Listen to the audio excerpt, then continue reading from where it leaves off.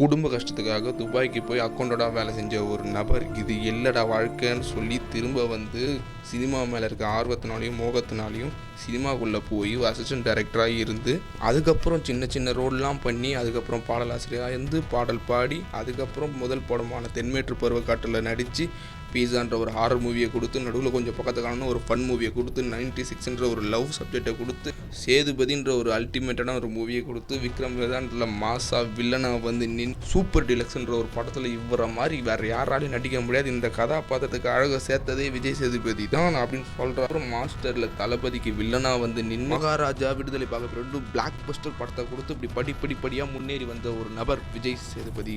அவாடி மனுஷனை காப்பாற்ற மனுஷன் வரும், மேலே ஒரு வராது மனுஷன் வரும்.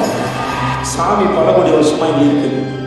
ஆனால் சாமி இன்னும் சாமியை காப்பாற்ற மகா மனுஷனை படைக்கவில்லை.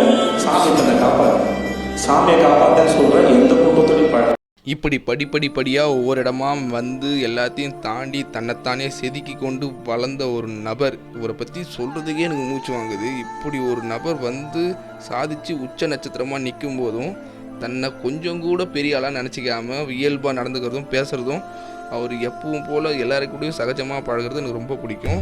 இன்றைக்கி அப்படிப்பட்ட ஒரு மனிதருக்கு